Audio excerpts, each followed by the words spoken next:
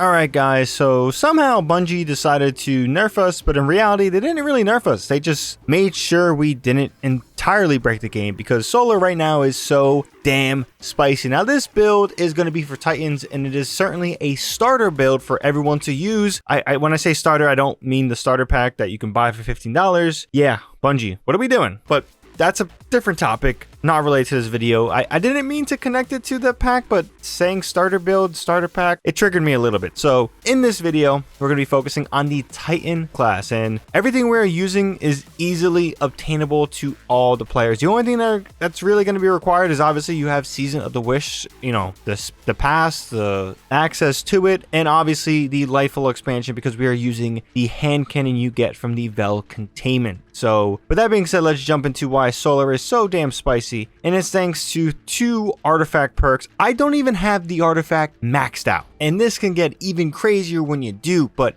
it's easy to rank up and get to the first 3 columns of this artifact. So you'll be seeing that, yeah, these 2 mods, perks, they're insane. So the first one is Kindling Trigger. Radiant causes solar weapons to apply Scorch to unscorched combatants. Yeah, you read that right, but you know, usually Radiant, you gotta hit that powered melee, and depending on your class, if you're not a Titan, you can't bonk as easy. Well, they nerf bonking, but it's still kind of fine. It's just not absurd. And then for other classes, it does require charge up times and your regen on that stuff. Yeah, that's interesting. No, that doesn't matter because you don't need to do that. Flint Striker, rapid solar weapon precision hits and rapid solar weapon final blows grant you radiance. You know how absurd that is? One of the most powerful buffs in Destiny is easily triggered now. You don't even need the fragment. Now in this build, we'll keep the fragment on because I'm gonna allow different skill gaps. You know, maybe not everyone can land their shots and they require final blows, and sometimes those final blows can't really come easy because, hey,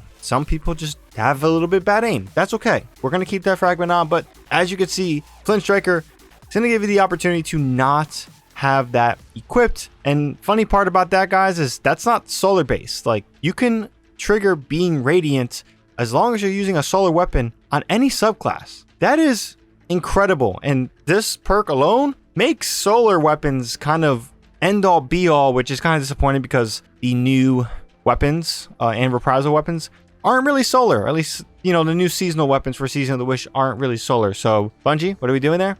Now, honorable mention to all this is in the final column, Raise of Precision. While Radiant, solar precision final blows cause combatants to ignite. This sounds juicy. This sounds like a different way to make a solar weapon better. If you guys do not have incandescent for whatever reason, this adds a little bit more pop to the weapon. We'll see how incredible that is. I'll have to give it a go when I finally unlock it, but Razor Precision looks intriguing. But altogether, man, like, solar weapons, we got some juice, we got some pop, but we need a build to utilize all this stuff. And as you'll be seeing, this is a starter build.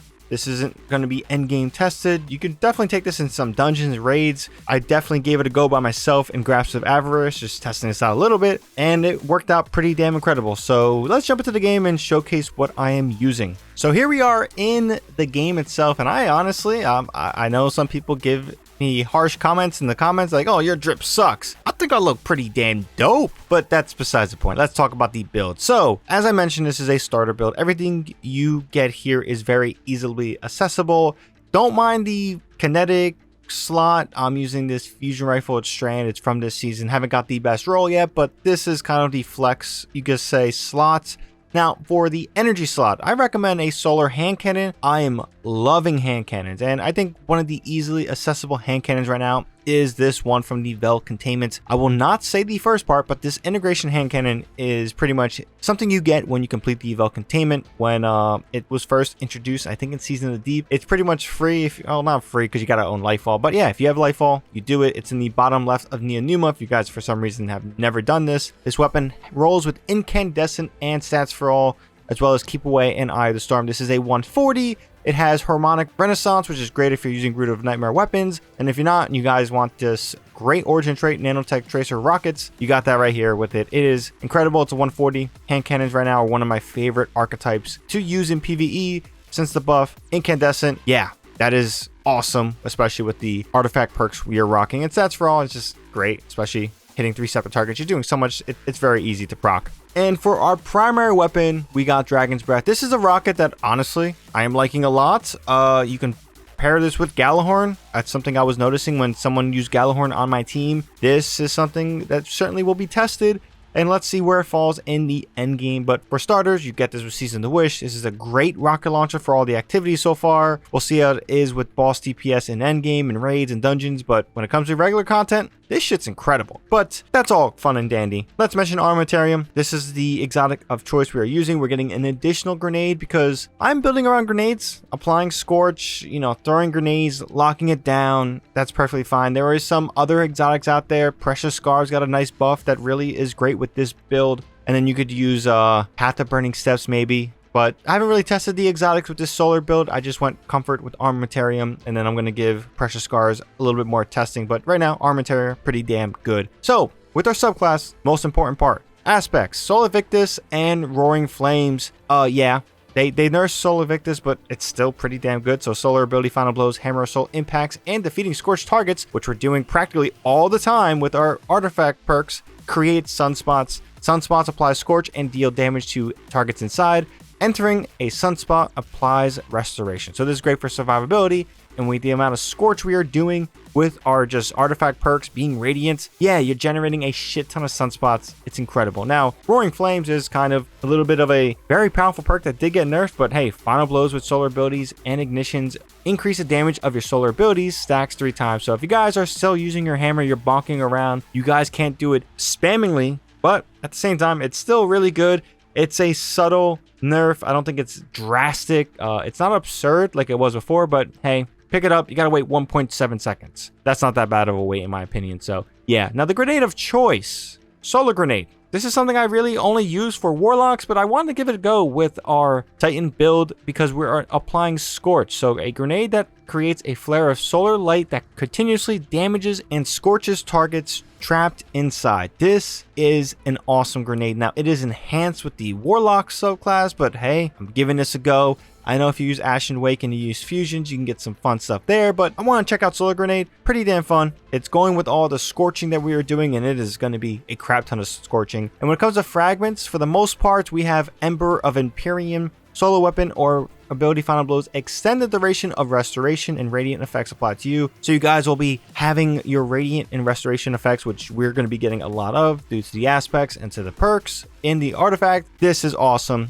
and since we're using a solar weapon, it makes sense. We're using Ember of Tempering. This basically, Solar Weapon Final Blows grant you and your allies increased recovery for a short duration, stacks 3 times. Now, my recovery isn't maxed out, so I'm kind of leaning on this, seeing how it feels with survivability. They did nerf the benefits of Restoration, and survivability with this and Restoration definitely feels more in line with what Restoration felt like before, at least for me personally. And while Ember of Tempering is active, your weapons have increased airborne effectiveness, and your Solar Weapon Final Blows creates a Fire Splite. Now, Fire Splites are something I like. I know some people joke about how useless they could be, but I think that they're pretty much fine. They're pretty fun, and they basically, if you pick them up, you get grenade energy, which is great for what we're doing with our grenades. Ember of Torches, powered melee attacks against combatants make you and your nearby allies radiant. Now, you can switch this off because with the artifact perk, we are pretty much going radiant a lot, but if you guys are struggling to continuously maintain that radiant buff, throw this on. If you guys feel comfortable and want to switch off to something different to make the build a little bit different and cater to what you want from this, maybe more scorching, maybe more ignition explosion, whatever it may be my guest. This is just for something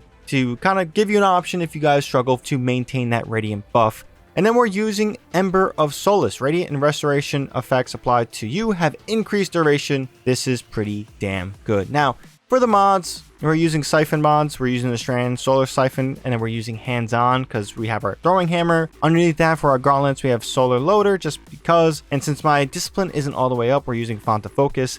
I could use the Grenade Kickstart, but I have a finisher on my mark that I'd rather use than that mod. And then we're also using Heavy Handed just to get more orbs with our bonking. Armamentarium, we're having a arc damage resistance or whatever resistance you want. Solar Reserves, nothing too crazy there. If you guys want to rock stack on stacks, be my guest. That's a fun mod I like to do as well. For our leg armor, we have Innovation and Innovation. Yeah, double of them. And then Solar Weapon Surge.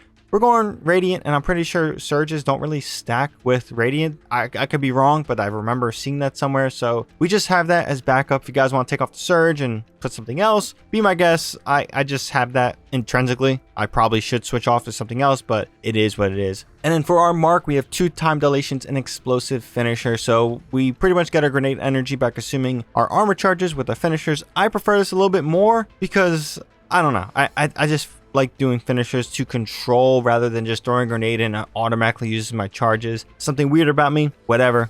I don't know what it is, but that's pretty much what we're rocking, and appreciate the drip one more time before we give our closing thoughts. But yeah, that's a build. It's a starter build. It's something that should be very viable and fun right now. And as we progress with the season and get more in tune, this is going to be a long one. We should definitely figure out more crazy bonker stuff to do. But that being said, let's jump out the game and give you my closing thoughts. But yeah, altogether, man, this build is fun. I've been using this pretty much the whole time so far this season. Armamentarium. It's a very subtle exotic that's kind of always been a fan favorite of mine. Yes, there are better exotics to pair for the solar subclass, and again, I mentioned Precious Scars is another one with the rework that occurred there. But altogether, it's simple.